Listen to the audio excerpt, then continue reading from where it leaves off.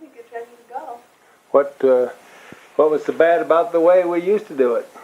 Didn't hurt me any. No, I was going to say, John, you didn't go through it. You don't know. And it sounded like that guy I work with, he said he wouldn't let his wife have one of those because, one thing, they cost so much money. I says, well, the insurance will pay. And he says, oh, come on, it doesn't hurt that bad to have a baby. I says, well, how do you know? How would you know about it? We would have died having babies. Don't tell me. Now, that's one thing they'll never know. Well, it's not that bad.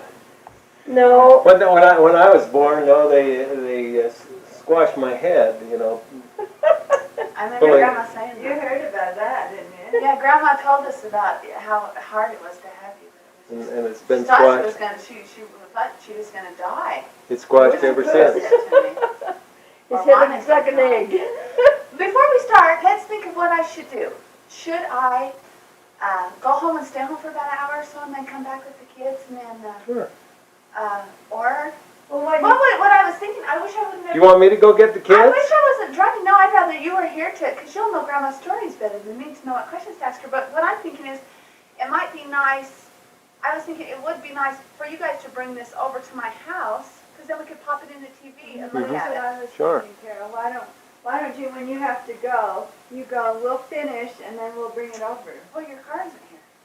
Oh, we can walk over and get our car. I've got a car. It might be kind of dark or whatever. Grandma will probably want to see it too. If you just want to hop in the car when you're done, should I do that? Should I just go home and stay with the kids and then when you're done you can stop? How do you stop the thing? Then push the red button. The red button And that stops it and I starts see. it. Okay, In fact, it's going. It's recording right now, Daddy. I know it. Oh, I didn't know that.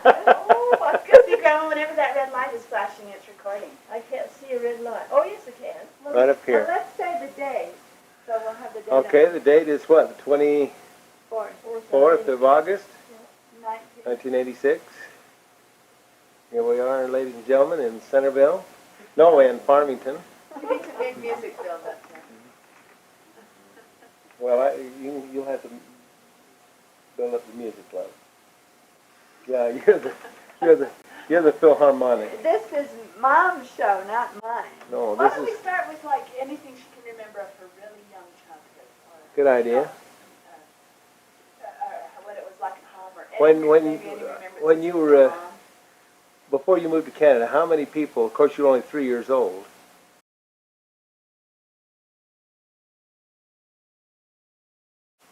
A little over one. When you moved to Canada? Oh, so you don't remember Centerville? No, I don't remember Centerville at all.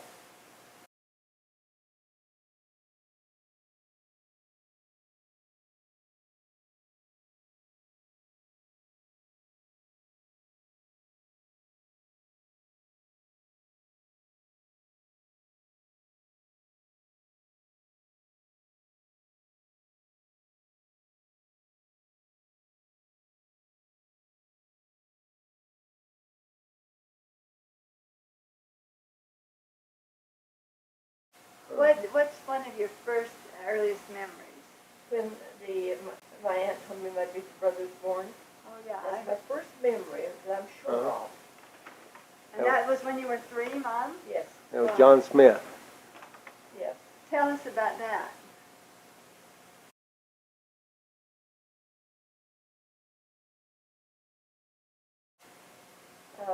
My aunt was a nurse, a practical nurse, and she delivered, I guess, even hundreds of babies here in Centerville. And she was Mother's very best friend when they were girls. And so, of course, Mother thought she never could have a baby without Aunt Lindy being there. And in these days, we were 20 miles away from a doctor, and most babies were born in home with a midwife or someone to come in and help. So Aunt Lindy came all the way up from Centerville, Utah, up to Mountain View, Alberta, Canada, No kidding. to help Mother when she had me. Wow. Or when she had my brother. I get mixed up here. She had my brother John, and I can't remember her coming or any of that. All I could remember was that one night in the night, Father had built a new home. It wasn't all finished, but our bedroom was upstairs, and remember the doors hadn't yet been put on upstairs, but there were curtains, heavy curtains where the doors were going to be.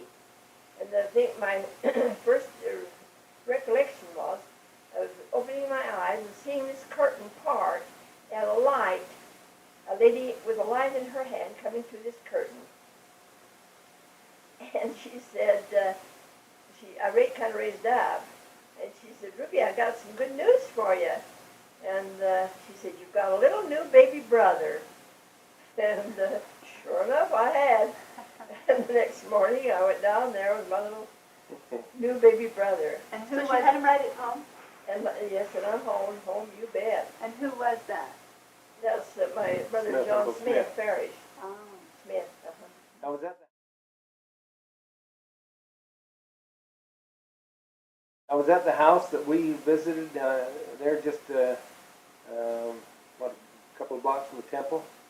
Oh, I'm speaking Mountain View. Mountain View, okay, that's what I wanted to And this home, the father, when we first moved to Canada, Father had helped his father in the dairy business up here in Morgan. Mm-hmm. And they had made cheese for a number of years and sold it to all these co-op stores.